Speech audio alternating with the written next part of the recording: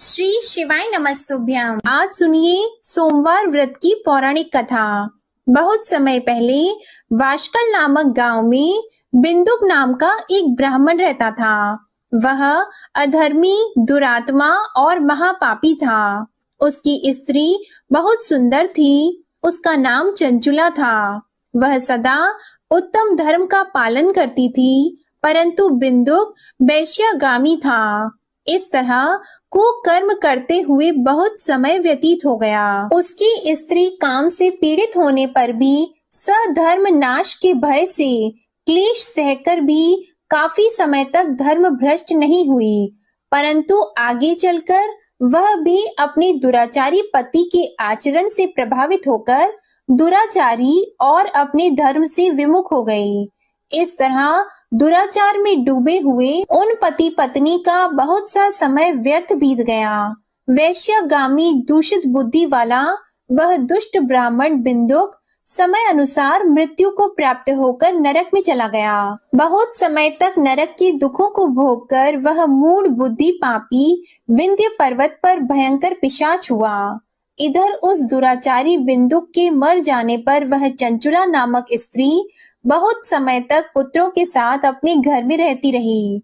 पति की मृत्यु के बाद वह भी अपने धर्म से गिरकर पर पुरुषों का संग करने लगी थी। सती विपत्ति में भी अपने धर्म का पालन करना नहीं छोड़ती। यही तो तप है। कठिन तो होता है, लेकिन इसका फल मीठा होता है। एक दिन दैव योग से किसी पुण्य पर्व के आने पर वह अपने भाई बंधुओं के साथ गोकर्ण क्षेत्र में गई।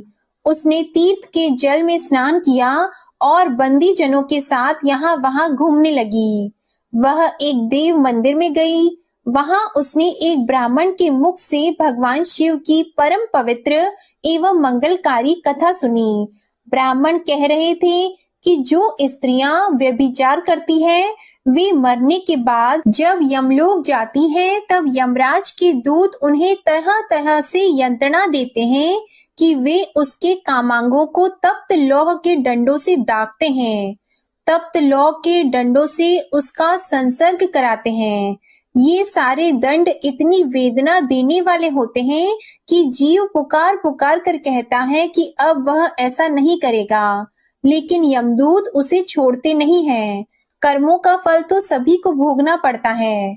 देव, ऋषि, मनुष्य सभी इससे बंधे हुए हैं। ब्राह्मण के मुख से ये वैराग्य बढ़ाने वाली कथा को सुनकर चंचुला भय से व्याकुल हो गई। कथा समाप्त होने पर सभी लोग वहां से चले गए। तब कथा बांचने वाले ब्राह्मण देवता से चंचुला ने कहा, हे ब्राह्मण, धर्म को न जानने के कारण मेरे द्वारा बहुत बड़ा दुराचार हुआ है। स्वामी, मेरे ऊपर कृपा कर मेरा उद्धार कीजिए। आपके प्रवचन को सुनकर मुझे इस संसार से वैराग्य हो गया है। मुझ मूढ़ चित्त वाली पापिनी को धिक्कार है। मैं निंदा के योग्य हूँ। मैं बुरे विषयों में फंसकर अपने धर्म से विमुख हो गई थी। कौन मुझ जैसी को मार्ग में मन लगाने वाली पापिनी का साथ देगा?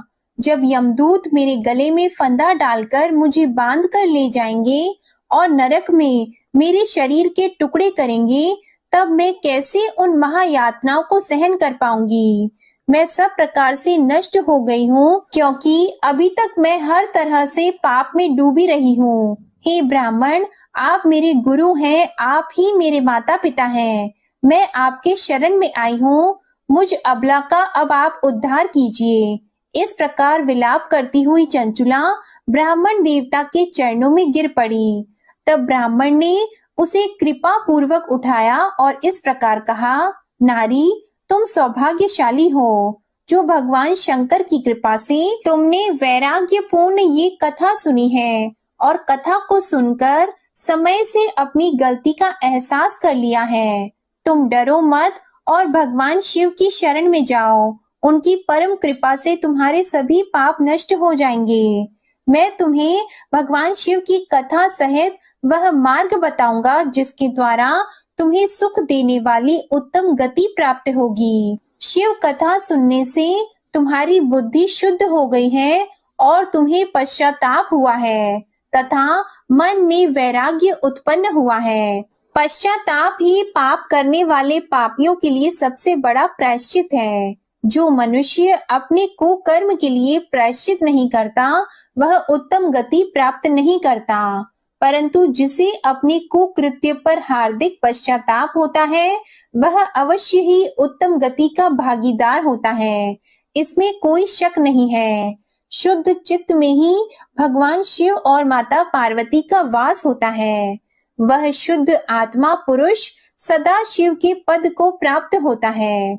इस कथा का श्रवण सभी मनुष्यों के लिए कल्याणकारी है, अतः इसकी आराधना और सेवा करनी चाहिए।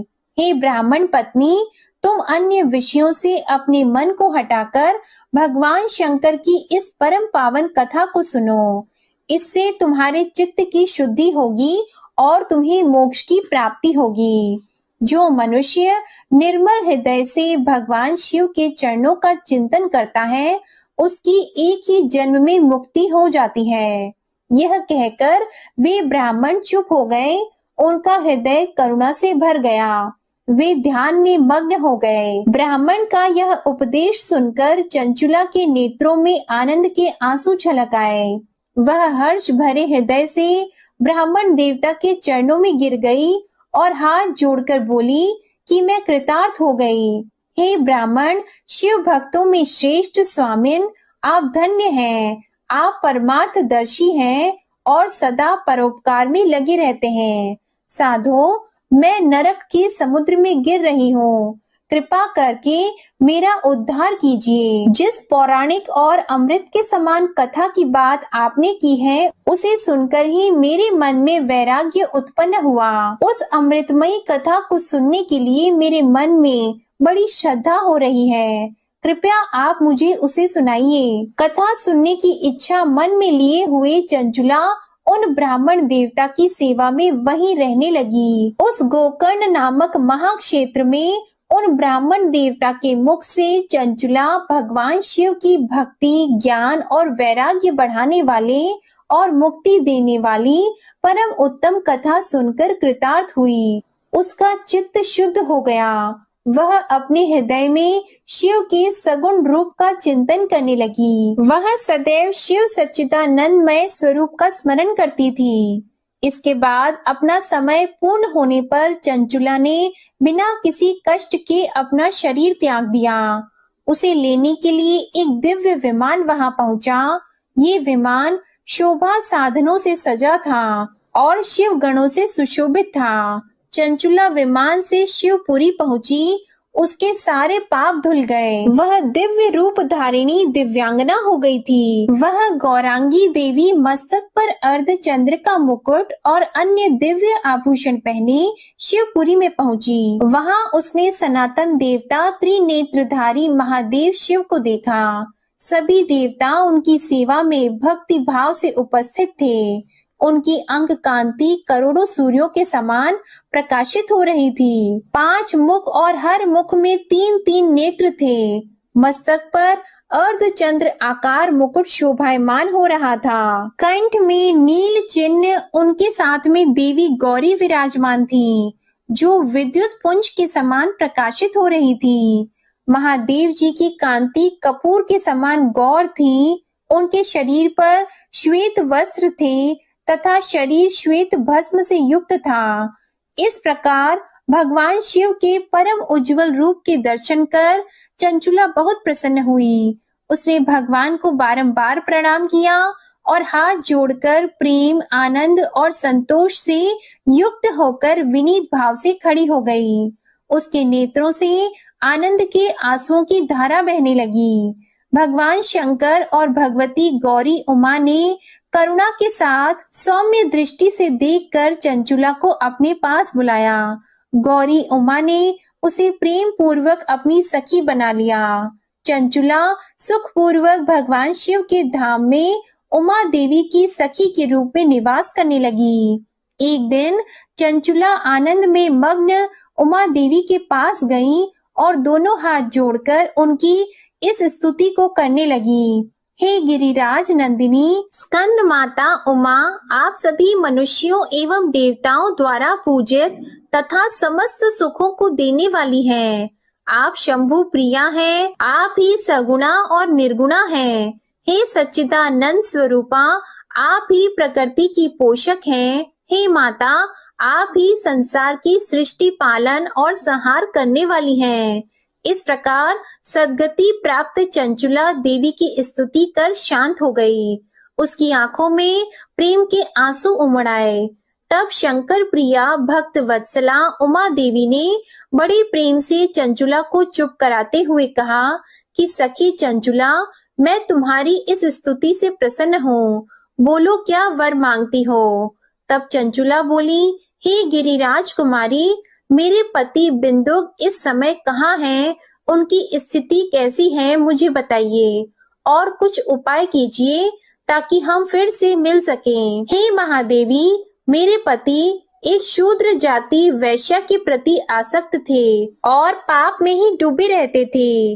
गिरिजा बोली, बेटी, तुम्हारा पति बिंदुक पापी था, उसका अंत बड़ा भयानक हुआ। वैश्या का उपभोग करने के कारण वह मूर्ख नरक में अनेक वर्षों तक अनेक प्रकार के दुख भोगकर अब शेष पाप को भोगने के लिए विंध्य पर्वत पर पिशाच की योनि में रह रहा है और वह दुष्ट वहीं वायु पीकर रहता है और सब प्रकार के कष्ट सहता है। गौरी देवी की ये बात सुनकर चंचुला अत्यंत दुखी हो गई। फिर मन को किसी तरह स्थिर करती हुई दुखी हृदय से माँ गौरी से उसने एक बार फिर पूछा, हे महादेवी, मुझ पर कृपा कीजिए और मेरे पापी पति का अब उद्धार कीजिए। कृपा करके मुझे वह उपाय बताइए जिससे मेरे पति को उत्तम गति प्राप्त हो सके। गौरी देवी ने कहा, यदि तुम्हारा पति भगवान शिव की पुण्यमय उत्तम कथा सुने तो वह इस दुर्गति को पार करके उत्तम गति का भागी हो सकता है। अमृत के समान मधुर गौरी देवी के ये वचन सुनकर चंचुला ने दोनों हाथ जोड़कर मस्तक झुकाकर उन्हें बार बार प्रणाम किया और प्रार्थना की कि मेरे पति को भगवान शिव की कथा सुनाने की व्यवस्था कीजिए। ब्राह्मण पत्नी चंचुला के बार बार प्रार्थना करने पर शिव प्रिया गौरी देवी ने भगवान शिव की महिमा का गान करने वाले गंधर्व राज तुमरु को बुलाकर कहा, तुमरु, तुम्हारी भगवान शिव में प्रीति है। तुम मेरे मन की सभी बातें जानकर मेरे कार्यों को सिद्ध करते हो, तो मेरी इस सखी के साथ विंध्य पर्वत पर जाओ। वहां एक महाघोर और भयंकर पिशाच रहता है। पूर्व जन्म में वह पिशाच बिंदुक नामक ब्राह्मण मेरी इस सखी चंचुला का पति था। वह वैश्यागामी हो गया था। वह स्नान संध्या आदि नित्य कर्म छोड़कर अपवित्र रहने लगा। क्रोध के कारण उसकी बुद्धि भ्रष्ट हो गई थी। दुर्जनों से उसकी मित्रता तथा सज्जनों से द्वेष बढ़ गया था। वह अस्त्र शस्त्र से हिंसा करता, लोगों को सताता और उनके घरों में आग लगा देता था। चांडालों से दोस्ती करता और वह रोज वैश्या के पास जाता था। पत्नी को त्याग कर दुष्ट लोगों से दोस्ती कर उन्हीं के संपर्क में रहता था। वह मृत्यु तक दुराचार में फंसा रहा। मृत्यु के बाद उसे पापियों के भोग स्थान यमपुरी में ले गए। वहां घोर नरकों को सहकर इस समय वह विंध्य पर्वत पर पिशाच बनकर रह रहा है और पापों का फल भोग रहा है। तुम उसके सामने परम पुण्यमयी पापों का नाश करने वाली भगवान शिव की दिव्य कथा का प्रवचन करो। इस कथा के सुनने से उसका हृदय सभी पापों से मुक्त होकर शुद्ध हो जाएगा और वह प्रेत योनि से मुक्त हो जाएगा। दुर्गति मुक्त होने पर उस बिंदुक नामक पिशाच को तुम विमान पर बिठाकर भगवान शिव के पास ले आना। माँ उमा का आदेश पाकर गंधर्व राज तुमरु प्रसन्नता पूर्वक अपने भाग्य की सराहना करते हुए चंचुला को साथ लेकर विमान से पिशाच के निवास स्थान विंध्य पर्वत पर गया। वहां पहुंचकर उसने विशाल आकृति वाले पिशाच को देखा। उसका शरीर विशाल था, उसकी ठोड़ी बड़ी थी। वह कभी हंसता, कभी रोता, कभी उछलता था। महाबली तुमरु ने बिंदुक नामक पिशाच को पाशों से बांध लिया। उसके पश्चात तुमरु ने कथा बांचने के लिए स्थान तलाश कर मंडप की रचना की। शीघ्र ही इस बात का पता लोगों को चल गया कि एक पिशाच के उद्धार हेतु देवी पार्वती की आज्ञा से तुमरू भगवान शिव की कथा सुनाने विंध्य पर्वत पर आया है। उस कथा को सुनने के लोभ से बहुत से देवर्षि वहां पहुंच गए। सभी को आदर पूर्वक स्थान दिया गया। पिशाच बिंदुक को पाशों में बांधकर आसन पर बिठाया गया और तब तुमरू ने परम उत्तम भगवान शिव की अमृत कथा का गान शुरू किया, जिससे सभी श्रोता कृतार्थ हो गए। परम पुण्यमयी कथा को सुनकर पिशाच सभी पापों से मुक्त हो गया और उसने पिशाच शरीर का त्याग कर दिया। शीघ्र ही उसका रूप दिव्य हो गया। उसका शरीर गौर वर्ण का हो गया। शरीर पर श्वेत वस्त्र एवं पुरुषों के आभूषण आ गए। इस प्रकार दिव्य देहधारी होकर बिंदुक अपनी पत्नी चंचुला के साथ स्वयं भी भगवान शिव का गुणगान करने लगा। उसे दिव्य रूप में देखकर सभी को बहुत आश्चर्य हुआ। उसका मन परम आनंद से परिपूर्ण हो गया। सभी भगवान महेश्वर के अद्भुत चरित्र को सुनकर कृतार्थ होकर उनका यशोगान करते हुए अपने अपने धाम को चले गए। बिंदुक अपनी पत्नी चंचुला के साथ विमान में बैठकर शिवपुरी की ओर चल दिया। महेश्वर के गुणों का गान करता हुआ बिंदुक अपनी पत्नी चंचुला और तुमरू के साथ शीघ्र ही शिव धाम पहुंच गया। भगवान शिव देवी पार्वती ने उसे अपना पार्षद बना लिया। दोनों पति पत्नी सुखपूर्वक भगवान महेश्वर एवं देवी गौरी के श्री चरणों में अविचल निवास पाकर धन्य हो गए। बोलिए उमा महेश्वर भगवान की जय। अब सुनिए भगवान शंकर की दूसरी कथा। एक धनवान साहूकार था, जिसके घर किसी प्रकार की कोई कमी नहीं थी, परंतु उसको एक दुख था। उसका कोई पुत्र नहीं था। वह इसी चिंता में दिन और रात रहता था और वह पुत्र की कामना से हर सोमवार को शिव जी का व्रत और पूजन किया करता था।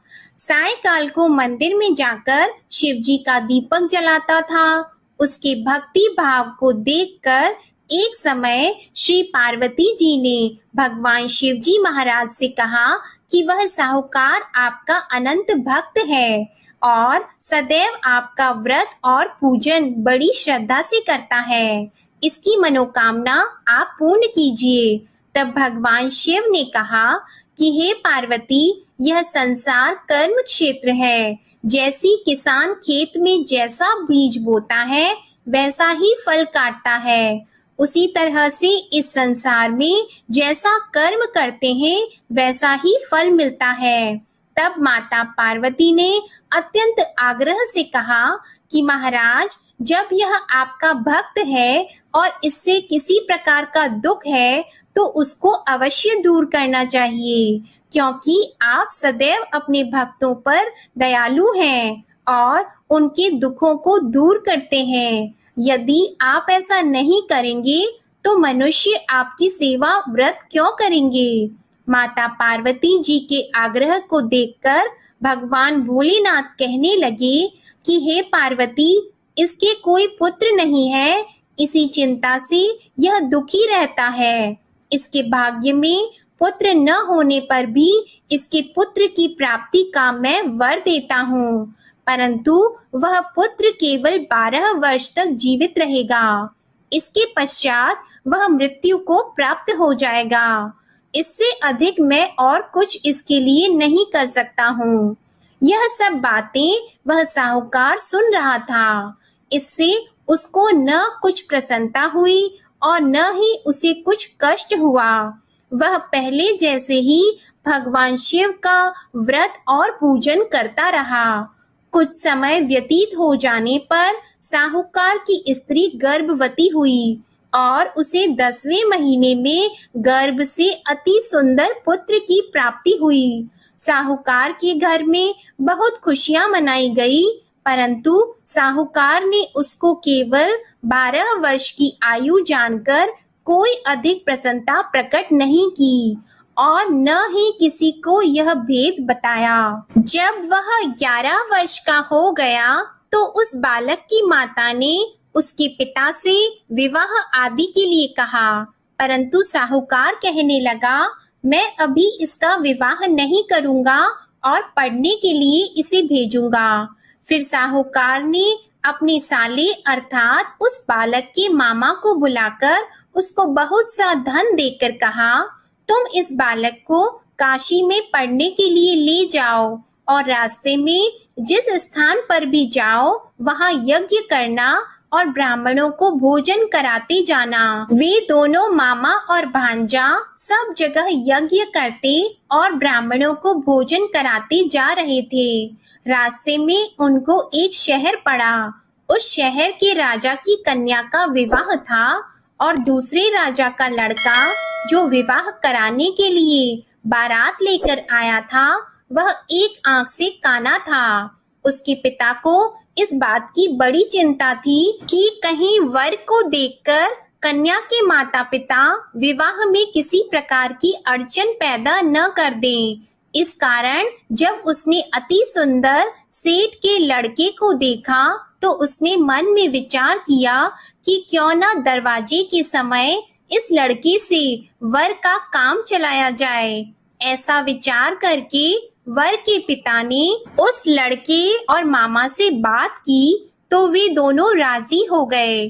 फिर उस लड़के को वर के कपड़े पहनाकर और घोड़ी पर चढ़ाकर दरवाजे पर ले गए और बड़ी सुंदरता से सब कार्य संपन्न हो गए। वर के पिता ने सोचा यदि विवाह कार्य भी इसी लड़के से करा दिया जाए तो इसमें क्या बुराई है। ऐसा विचार करके लड़का और उसके मामा से कहा, यदि आप फेरों और कन्यादान का काम भी करा दें तो आपकी बड़ी कृपा होगी और हम इसके बदले बहुत सा धन देंगे। उन्होंने भी स्वीकार कर लिया और विवाह कार्य भी बहुत कुछ अच्छी तरह से हो गया। परंतु जिस समय लड़का जाने लगा तो उसने राजकुमारी की चुन्नी के पल्ले पर लिख दिया कि तेरा विवाह मेरे साथ हुआ है, परंतु जिस राजकुमार के साथ तुमको भेजेंगे वह एक आंख से काना है। मैं तो काशी जी पढ़ने जा रहा हूँ। उस राजकुमारी ने जब अपनी चुन्नी पर ऐसा लिखा हुआ देखा तो उसने राजकुमार के साथ जाने से मना कर दिया और कहा कि ये मेरा पति नहीं है, मेरा विवाह इसके साथ नहीं हुआ, वह तो काशी जी पढ़ने गया है। राजकुमारी के माता पिता ने अपनी कन्या को विदा नहीं किया और बारात वापस चली गई। उधर वह सेठ का लड़का और उसका मामा काशी जी पहुंच गए। वहां जाकर उन्होंने यज्ञ करना और लड़के ने पढ़ना शुरू कर दिया। जब लड़के की आयु 12 साल की हो गई तब एक दिन उन्होंने यज्ञ रचा रखा था कि लड़के ने अपने मामा से कहा कि आज तो मेरी तबीयत ठीक नहीं है। मामा ने कहा अंदर जाकर सो जाओ। जब लड़का अंदर जाकर सो गया और थोड़ी देर में उसके प्राण निकल गए। जब उसके मामा ने आकर देखा कि वह तो मुर्दा पड़ा है तो उनको बहुत दुख हुआ और उन्होंने सोचा कि मैं अभी रोना पीटना मचा दूंगा तो यज्ञ का कार्य अधूरा रह जाएगा। अतः उन्होंने जल्दी से यज्ञ का कार्य समाप्त करके ब्राह्मणों के जाने के बाद रोना पीटना आरंभ कर दिया। संयोगवश उसी समय शिवजी और पार्वती जी उधर से जा रहे थे। पार्वती जी कहने लगी, हे महादेव, कोई दुखियारा रो रहा है, इसके कष्टों को आप दूर करो। तब भगवान शिव बोले, इसकी आयु इतनी ही थी सो ये भोग चुका है। माता पार्वती ने कहा कि महाराज कृपा करके इस बालक को और आयु दे दो, नहीं तो इसके माता पिता तड़प तड़प कर मर जाएंगे। पार्वती जी के इस प्रकार बार बार आग्रह करने पर भगवान शिव जी ने उसे जीवन दान दे दिया और शिव जी की कृपा से लड़का जीवित हो गया। शिव जी और पार्वती जी कैलाश पर्वत पर चले गए। तब इस प्रकार यज्ञ करते हुए लड़का और उसके मामा अपने घर की ओर चल पड़े। रास्ते में उसी शहर में गए जहां उसका विवाह हुआ था और जहां पर आकर यज्ञ किया तो लड़के के ससुर ने उसे पहचान लिया और अपने घर महल में जाकर बड़ी खातिर के साथ बहुत दास दासियों के सहित आदर पूर्वक लड़की और जमाई को विदा किया। जब वह अपने शहर के निकट आए तो मामा ने कहा, मैं पहले तुम्हारे घर जाकर सबको खबर करता हूँ। उस समय लड़के के माता पिता अपने घर की छत पर बैठे हुए थे और उन्होंने यह प्रण कर रखा था कि यदि हमारा पुत्र सकुशल घर आएगा तो राजी खुशी नीचे उतरकर आ जाएंगे, नहीं तो छत से गिरकर अपने प्राण खो देंगे। इतने में उस लड़के के मामा ने जाकर यह समाचार दिया कि आपका पुत्र आ गया है, परंतु उनको विश्वास नहीं हुआ। तब उसके मामा ने शपथ पूर्वक कहा कि आपका पुत्र अपनी स्त्री के साथ बहुत सारा धन लेकर आया है। तो सेठ ने आनंद के साथ उसका स्वागत किया और बड़ी प्रसन्नता से रहने लगे। इस प्रकार जो भी व्यक्ति सोमवार का व्रत करता है अथवा इस कथा को पढ़ता है या सुनता है, भगवान भोलेनाथ उसके सभी दुखों को दूर करके उसकी समस्त मनोकामनाओं को पूर्ण करते हैं। बड़ी ही श्रद्धा और भक्ति के साथ अब आप सुनिए सोमवार की दूसरी कथा।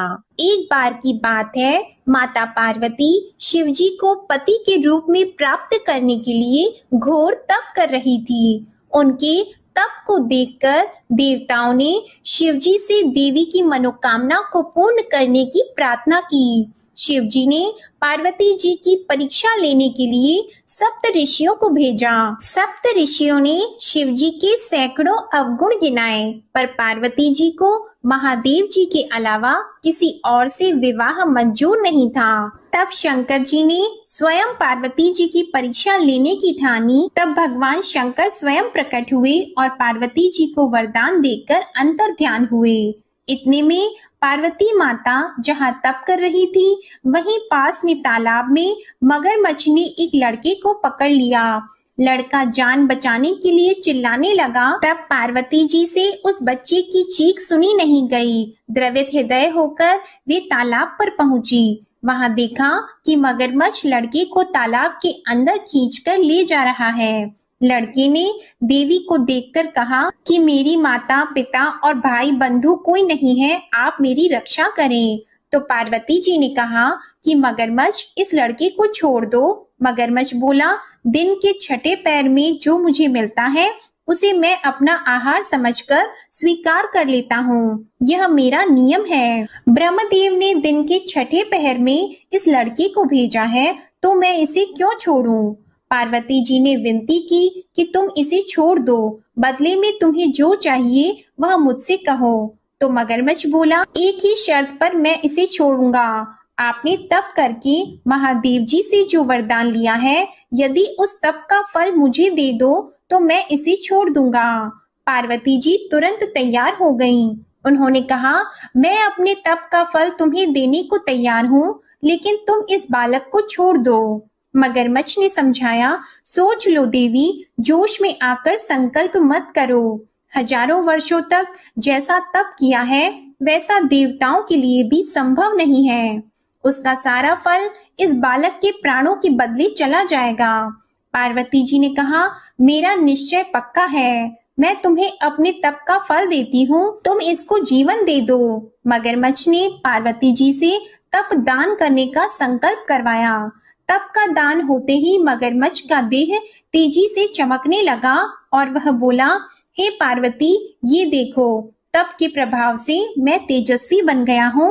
तुमने जीवन भर की पूंजी एक बच्चे के लिए व्यर्थ कर दी। चाहे तो अपनी भूल सुधारने का एक मौका और दे सकता हूँ। तब पार्वती जी ने कहा, हे ग्राह, तब तो मैं पुनः कर सकती हूँ, किंतु यदि तुम इस लड़के को निगल जाते तो इसका जीवन वापस नहीं मिल सकता था। देखते ही देखते वह लड़का अदृश्य हो गया और मगरमच्छ भी लुप्त हो गया। पार्वती जी ने विचार किया, मैंने तप तो दान कर दिया है, अब पुनः से तप आरंभ करूंगी। पार्वती जी ने फिर से तप करने का संकल्प किया। भगवान सदाशिव फिर से प्रकट होकर बोले, हे पार्वती, भला अब क्यों तप कर रही हो? तब पार्वती जी ने कहा, प्रभु, मैंने अपने तप का फल दान कर दिया है। आपको पति रूप में पाने के संकल्प के लिए मैं फिर से वैसा ही घोर तप करके आपको प्रसन्न करूंगी। तो महादेव जी बोले, मगरमच्छ और लड़के दोनों रूपों में मैं ही था। तुम्हारा चित्त प्राणी मात्र में अपने सुख दुख का अनुभव करता है या नहीं, इसकी परीक्षा लेने के लिए मैंने ही यह लीला रची थी। अनेक रूपों में दिखने वाला मैं एक ही हूँ। मैं अनेक शरीरों से अलग निर्विकार हूँ। तुमने अपना तप मुझे ही दिया है, इसलिए अब और तप करने की कोई आवश्यकता नहीं है। देवी ने महादेव जी को प्रणाम कर प्रसन्न मन से विदा किया। प्रेम से बोलिए भगवान शंकर और माता पार्वती की जय। अब आप सुनिए तीसरी कथा। एक बार नारद जी ने भोलेनाथ जी की स्तुति करके पूछा कि प्रभु, आपको प्रसन्न करने के लिए सबसे उत्तम और सुलभ साधन क्या है? हे त्रिलोकीनाथ, आप तो निर्विकार और निष्काम हैं। आप सहज ही प्रसन्न हो जाते हैं। फिर भी मेरे जानने की इच्छा है कि आपको क्या प्रिय है। तब शिव जी बोले, नारद जी, वैसे तो मुझे भक्त के भाव सबसे प्रिय हैं, फिर भी आपने पूछा है तो मैं बताता हूँ। मुझे जल के साथ साथ बिल्व पत्र बहुत प्रिय हैं। जो अखंड बिल्व पत्र मुझे श्रद्धा से अर्पित करते हैं, मैं उन्हें अपने लोक में स्थान देता हूँ। नारद जी भगवान शंकर और माता पार्वती की वंदना करके अपने लोक को चले गए। उनके जाने के पश्चात पार्वती जी ने शिव जी से पूछा कि हे प्रभु, मेरी ये जानने की बड़ी तीव्र इच्छा हो रही है कि आपको बेल पत्र इतने प्रिय क्यों हैं? कृपा करके मेरी जिज्ञासा को शांत कीजिए। तब शिव जी बोले, हे शिवे, बिल्व के पत्ते मेरी जटा के समान हैं। उसका त्रिपत्र यानी 3 पत्ते ऋग्वेद, यजुर्वेद और सामवेद हैं। शाखाएं समस्त शास्त्र का स्वरूप है। बिल्व वृक्ष को आप पृथ्वी का कल्प वृक्ष समझें, जो ब्रह्मा, विष्णु और शिव स्वरूप है। हे पार्वती, स्वयं महालक्ष्मी जी ने शैल पर्वत पर बिल्व वृक्ष रूप में जन्म लिया था। इस कारण भी बेल का वृक्ष मेरे लिए अति प्रिय है। महालक्ष्मी जी ने बिल्व का रूप धरा। ये सुनकर पार्वती जी कौतूहल में पड़ गईं और पार्वती जी कौतूहल से उपजी जिज्ञासा को रोक न पाईं। उन्होंने पूछा, देवी लक्ष्मी ने आखिर बिल्व वृक्ष का रूप क्यों लिया? आप ये कथा विस्तार से कहें। तब भोलेनाथ ने देवी पार्वती जी को कथा सुनाना आरंभ किया। हे देवी, सतयुग में ज्योति रूप में मेरे अंश का रामेश्वर लिंग था। ब्रह्मा आदि देवों ने उसका विधिवत पूजन अर्चन किया था। इसका परिणाम ये हुआ कि मेरे अनुग्रह से वाणी देवी सबकी प्रिय हो गई। वे भगवान विष्णु को सतत प्रिय हो गई। मेरे प्रभाव से भगवान केशव के मन में वाग देवी के लिए जितनी प्रीति उत्पन्न हुई, वह स्वयं लक्ष्मी जी को नहीं भाई। लक्ष्मी देवी का श्री हरि के प्रति मन में कुछ दुराव पैदा हो गया। वह चिंतित और रुष्ट होकर चुपचाप परम उत्तम श्री शैल पर्वत पर चली गईं। वहां उन्होंने तप करने का निश्चय किया और उत्तम स्थान का चयन करने लगी। महालक्ष्मी ने उत्तम स्थान का निश्चय करके मेरे लिंग विग्रह की उग्र तपस्या प्रारंभ की। उनकी तपस्या कठोरतम होती जा रही थी। हे परमेश्वरी, कुछ समय के बाद महालक्ष्मी जी ने मेरे लिंग विग्रह से थोड़ा ऊर्ध्व में एक वृक्ष का रूप धारण कर लिया। अपने पत्तों और पुष्प द्वारा निरंतर मेरा पूजन करने लगी। इस तरह महालक्ष्मी जी ने लाखों वर्षों तक घोर आराधना की। अंततः उन्हें मेरा अनुग्रह प्राप्त हुआ। मैं वहां प्रकट हुआ और देवी से इस घोर तप की आकांक्षा पूछकर वर देने को तैयार हुआ। महालक्ष्मी जी ने मांगा कि श्री हरि के हृदय में मेरे भाव से वाग देवी के लिए जो स्नेह हुआ है वह समाप्त हो जाए। तब शिव जी बोले, मैंने महालक्ष्मी जी को समझाया, श्री हरि के हृदय में आपके अतिरिक्त किसी और के लिए कोई प्रेम नहीं है। वाग देवी के प्रति उनका प्रेम नहीं अपितु श्रद्धा है। यह सुनकर लक्ष्मी जी प्रसन्न हो गईं और पुनः श्री विष्णु के हृदय में स्थित होकर निरंतर उनके साथ विहार करने लगी। हे पार्वती, महालक्ष्मी के हृदय का एक बड़ा विकार इस प्रकार दूर हो गया। इस कारण हरिप्रिया उसी वृक्ष रूपी सर्वदा अतिशय भक्ति से भरकर यत्न पूर्वक मेरी पूजा करने लगी। हे पार्वती, इसी कारण विश्व का वृक्ष, उसके पत्ते, फल, फूल आदि मुझे बहुत प्रिय हैं। मैं निर्जन स्थान में बिल्व वृक्ष का आश्रय लेकर रहता हूँ। बेल वृक्ष को सदा सर्व तीर्थ में एवं सर्व देवमय मानना चाहिए। बिल्व पत्र, बिल्व फूल, बिल्व वृक्ष अथवा बिल्व काष्ठ के चंदन से जो मेरा पूजन करता है वह भक्त मेरा अति प्रिय है। बिल्व वृक्ष को शिव के समान ही समझो। वह मेरा शरीर है जो बिल्व पर चंदन से मेरा नाम अंकित करके मुझे अर्पण करता है। मैं उसे सभी पापों से मुक्त करके अपने लोक में स्थान देता हूँ। हे देवी, उस व्यक्ति को स्वयं लक्ष्मी जी भी नमस्कार करती है जो मेरा पूजन करते हैं। जो बिल्व मूल में प्राण छोड़ता है उसको रुद्र देह प्राप्त होता है और ऐसे मनुष्य पर सदैव ही माता लक्ष्मी की कृपा रहती है और साथ ही साथ भगवान नारायण की कृपा भी उन पर सदैव बनी रहती है। प्रेम से बोलिए भगवान शिव और माता पार्वती की जय। अब सुनिए गणेश भगवान की कथा। एक साहूकार था, उसके घर रोज एक ब्राह्मणी रोटी लेने के लिए घर आती थी। घर के अंदर घुसते ही पोल के ऊपर गजानन जी का मंदिर था। वह गणेश जी को रोटी का एक कौर हमेशा भोग लगाती थी। बहुत दिन हो गए। गणेश जी महाराज ने कहा कि यह मुझे हमेशा भोजन करवाती है, मुझे इसे कोई ना कोई उपहार जरूर देना चाहिए। गणेश जी एक दिन उसके थाली में हीरे मोती भर देते हैं। ब्राह्मणी तो थाली लेकर अपने घर आ गई और साहूकार से रोटी लेने के लिए आना बंद हो गई। साहूकारनी ने उसे बुलावा भेजा कि बाई, रोटी लेने के लिए क्यों नहीं आती हो। ब्राह्मणी ने कहा कि मुझ पर गणेश जी प्रसन्न हो गए, बहुत वर्ष तक रोटी लेने के लिए आ गई लेकिन अब नहीं आऊंगी। साहूकारनी मन में बहुत नाराज हुई और गणेश जी से कहा कि आप ब्राह्मणी के ऊपर प्रसन्न हुए परंतु मुझ पर प्रसन्न नहीं हुए। तब गणेश जी की मूर्ति हटाकर उसने बाहर फेंक दी। इधर सेठ जी की दुकान में धंधा पानी बंद हो गए। एक दिन सेठ जी की नजर पोल के मंदिर पर गई तो सेठानी जी को पूछा कि गणेश जी कहाँ गए। तो साहूकारनी ने कहा कि ऐसे गणेश जी का क्या करें जो ब्राह्मणी पर तो प्रसन्न हो गए लेकिन हमारे ऊपर प्रसन्न नहीं हुए। इस कारण मैंने तो गणेश जी को हटाकर फेंक दिया है। तब सेठ जी ने कहा कि यह तुमने क्या किया, मेरा तो व्यापार और धंधा चलना बंद हो गया है। गणेश जी तुमने कहाँ फेंके हैं, जल्दी बताओ, मैं उन्हें वापस लेकर आता हूँ। साहूकार जी वापस से गणेश जी को लेने के लिए गए तो गणेश जी इतने भारी हो गए कि वे उठे ही नहीं। साहूकार जी ने कहा कि मेरे से गलती हो गई है, आप मेरे घर पधारिए। गणेश जी तो और भी भारी होते गए और कहा कि मैं तो नहीं चलूंगा, पहले साहूकारनी को बुलाकर यहाँ लाओ और वह मुझसे माफी मांगेगी तो ही मैं चलूंगा। और गणेश जी ने कहा कि मुझे हमेशा सवा सेर का चूरमा करके भोजन कराओगे तो ही मैं चलूंगा। साहूकार साहूकारनी को लेकर आए और उससे माफी भी मंगवाई और सवा सेर का चूरमा चढ़ाने की हाँ भी भरी। तब साहूकार और साहूकारनी ने गणेश जी को वापस घर लाकर उन्हें पोल में बिठाया। ऐसा करने पर साहूकार का व्यापार फिर से चलने लगा। हे गणेश जी महाराज, जैसे साहूकार और साहूकारनी पर आप प्रसन्न हुए वैसे सभी पर प्रसन्न होना। बोलिए गणेश जी महाराज की जय। अब आप सुनिए भगवान भोलेनाथ की आरती। ओम जय शिव ओंकारा, स्वामी जय शिव ओंकारा।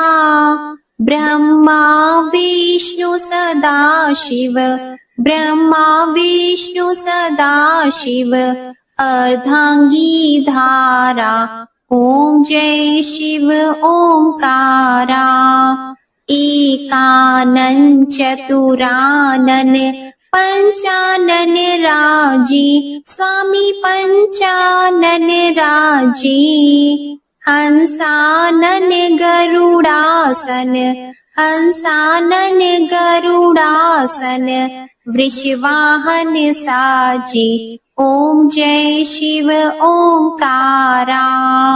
दो भुज चार चतुर्भुज, 10 भुज अति सोहे, स्वामी 10 भुज अति सोहे। त्रिगुण रूप निरखता, त्रिगुण रूप निरखता। त्रिभुवन जन मोहे, ओम जय शिव ओंकारा। अक्षमाला वनमाला रुंडमालाधारी स्वामी रुंडमालाधारी।